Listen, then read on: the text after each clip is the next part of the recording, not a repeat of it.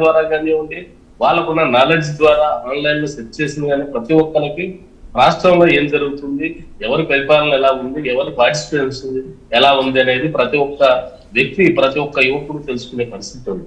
Vote హక్కు వచ్చిన వాళ్ళకి ప్రతి ఒక్కరికి ఒక అవగాహన ఉంది. 13,326 పంచాయతీలు ఉన్నాయి ఆంధ్రప్రదేశ్ లో. గతంలో ఎన్ని వచ్చినాయి, ఎవరికి వచ్చినాయి, ఎందుకు గెలిచారు?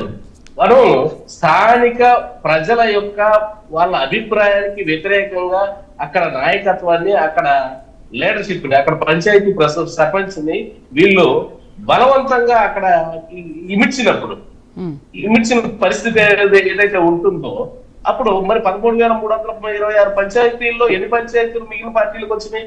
మామూలు అవి పంచాయతీలు అంటే స్వంతంగా ఓన్గా వస్తుంటాయి కాబట్టి, స్వతంత్ర అభ్యర్థులు కాబట్టి తెలియదు అనుకోండి. ఎంపీటీసీలు దాదాపు 10% కూడా లేదు. ఇది 6,600 ఎంపీటీసీలకి 10% కూడా 500 చిల్లర టీడీపీకి, ఒక 29 ఏమో జనసేనకు వచ్చినాయి, ఒక 50 బీజేపీకి వచ్చింది. మరి మిగిలిన మొత్తం వీళ్ళే గెలిచిన పరిస్థితి. దీంతో పోల్చుకుంటే మొత్తం 81%, 90%, 85% వైఎస్ఆర్సీపీ గతంలో స్థానికంగా గెలిచిన పరిస్థితి. మరి ఇంతమంది స్థానికంగా గెలిచినప్పుడు, ఇంత బలంగా ఉన్నప్పుడు ఎందుకు వ్యతిరేకత వచ్చింది? ఓట్లు ఎందుకు వెళ్ళిపోయినాయి? జనరల్ ఎలక్షన్ లో ఎందుకు ఇదని? ప్రజల అభిప్రాయానికి వ్యతిరేకించిన ప్రజాస్వామ్యంలో అంతిమ తీర్పు ఇవ్వాల్సిన ప్రజలు స్థానిక నేతల యొక్క వాళ్ళ నాయకత్వాన్ని క్రిటిసైజ్ చేసి ఇక్కడ ఎవరినైతే బలవంతంగా అక్కడ విమర్శిస్తారో, కుటుంబ ప్రభుత్వం కానీ, వైఎస్ఆర్సీపీ కానీ, ఏ ప్రభుత్వం అయినా వాళ్ళ అధికారంలో ఉన్నామని చెప్పి అక్కడ ఉన్న నాయకత్వాన్ని క్రిటిసైజ్ చేసి ఇక్కడ మేము రాజీ చేసుకున్నాం, ఇక్కడ ఏ నాయకత్వానికి సంబంధం లేదు, ఈ పంచాయతీ మాధ్యం కనుక వాళ్ళు ఎవరైతే ఇచ్చేస్తారో అక్కడి నుంచి ఖచ్చితంగా ప్రతిఘటన ఎదురవుతుంది. జనరల్ ఎలక్షన్ లో ఆ పార్టీ ఓటమి చెవి చూస్తుంది.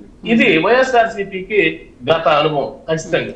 ఇప్పుడు శేఖర్ గారు ఇక్కడ ఇంకొక విషయం కూడా చూడాలి కదా. ఇప్పుడు పొత్తుగా వెళ్తున్నారా, ఒంటరిగా వెళ్తున్నారా? ఒంటరిగా వెళ్తే ఒక పర్సెంటేజ్ వస్తుంది, పొత్తుగా వెళ్తే ఇంకొక పర్సెంటేజ్ వస్తుంది కదా.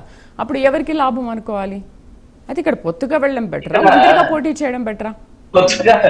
పొత్తుగా వెళ్ళటం అనేది టీడీపీకి, కూటమిలో ఉన్న పార్టీలకి బెటర్.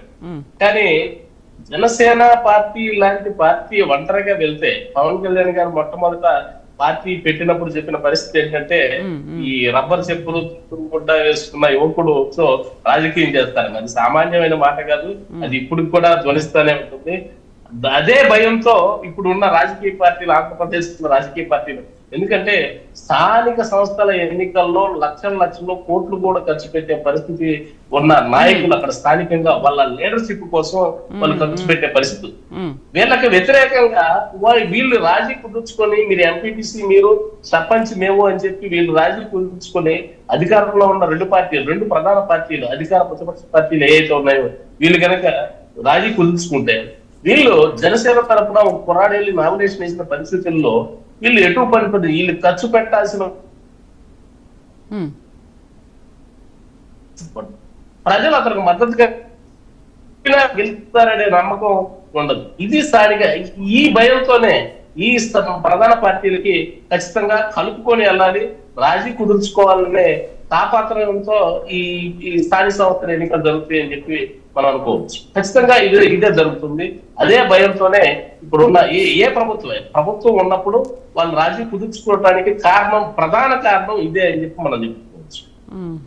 రైట్ రమేష్ గారు, సో ఇప్పుడున్న మీరు ప్రతిపక్షంలో ఉండడం వల్ల ఎన్నికల వ్యూహంలో ఏమైనా మార్పులు చేర్పులు చేశారా? ఒక యాప్ రూపొందించారు, ఎవరికి ఏ ప్రాబ్లం వచ్చినా యాప్లో చెప్పాలి, ఒక బుక్లెట్ రూపంలో ఇంటింటికి వెళ్ళి ఇస్తామని అంటున్నారు. ఇంకా ఎటువంటి మార్పులు చేశారు? మీరు అధికారంలో రావాలి అని అంటే మీరెందుకు అధికారం కోల్పోయారనే విషయం అందరికీ తెలుసు, మీకు తెలుసు. బట్ ఇప్పుడు ఇంకా పదునైన వ్యూహంతో ముందుకు వెళ్తున్నారు కదా.